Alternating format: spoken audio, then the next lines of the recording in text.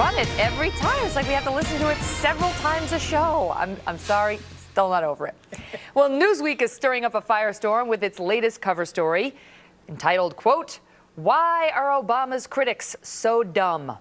Now Newsweek's critics claim that the mainstream media is crossing a line trying to get the president reelected. Joining me now, syndicated radio talk show host Leslie Marshall, who's also a Fox News contributor, and editor of the National Review, Rich Lowry, also a Fox News contributor. Leslie's in studio, which is very exciting for me, because she's usually just like, we just see her head on the satellite, but it's exciting to have you here, so I will let you start.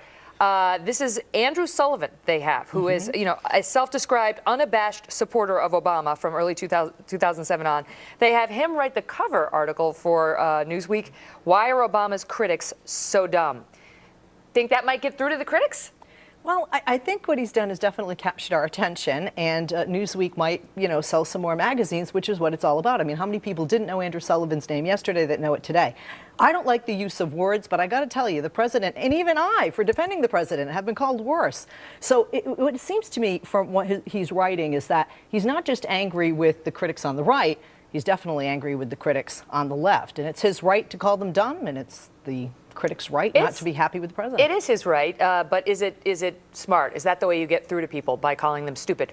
Well, look, I'm a magazine editor, so I know how this works. Tina Brown put the word dumb on the cover explicitly for this reason. So we talk about the article, which is really... And maybe more than 4 people would read Newsweek. Exactly. That would be exciting for her. But if you read it, it's really a standard issue defense of the Obama administration. It's what you hear from the White House briefing room basically every day. And look, Andrew Sullivan is not the best arbiter of who's being reasonable or not. This is a guy who's obsessed for years with the idea that Trig Palin, there's some conspiracy, and Trig Palin is not really Sarah Palin's child. So being lectured by him on this is a little rich. Does Newsweek have some obligation to put, an actual journalist as its lead reporter on its cover story, as opposed to somebody who's out there saying Sarah Palin didn't give birth to her own child?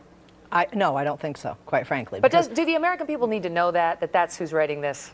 The American people have the ability with Google, right? I mean, but don't you think most people, when they go to the store and they see Newsweek there, they assume it's like a real journalist who's going to actually report the news in an objective way? A long time ago, they might have thought I actually agree with you there. Newsweek has been the house organ of the Obama administration from the beginning, and it basically is a weekly opinion magazine that leans to the left for a long time. Self-described, though? Because I'll tell you what, I always go by, like, my mom, my stepdad. I don't think they know that.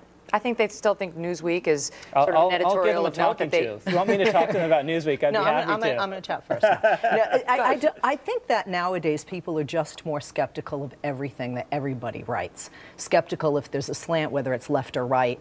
Thinking less that, it used to be years ago, like my grandmother, if it says it in the newspaper, it's true, right?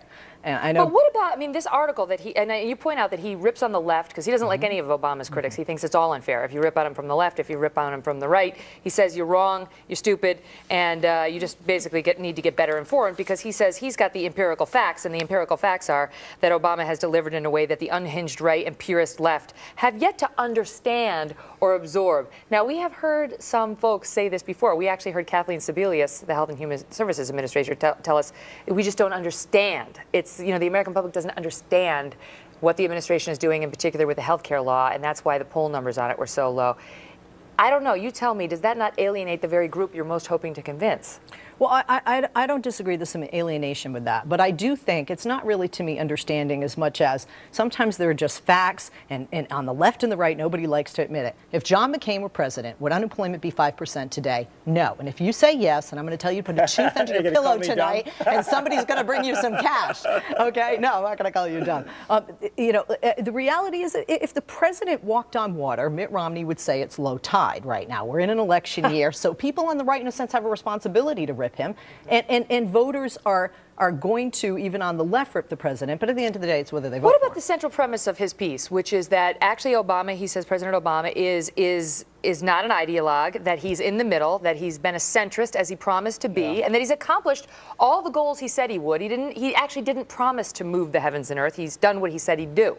Well, there's a deep contradiction in this case, right? Because he says conservatives are wrong to say President Obama is succeeding in moving the country to the left, and then he says his left-wing critics are wrong not to realize he's succeeding in moving the country to the left. And this whole thing about Obama being a moderate drives me crazy, because he got the biggest possible stimulus he could, then he got the biggest possible health care bill he could, and then he got the biggest possible financial regulatory bill he could. And those things, they weren't the liberal ideals, but that's because he couldn't possibly pass them. But he moved the ball as much to the left as he could. And I think both conservatives and liberals should be able to agree this has been the most consequential burst of governmental activism since the Great Society. And we don't like that, and liberals do like it, and that makes the world go around. And we'll leave it at that. Great to have you both here, Rich, Thank you Leslie. very much. All the best.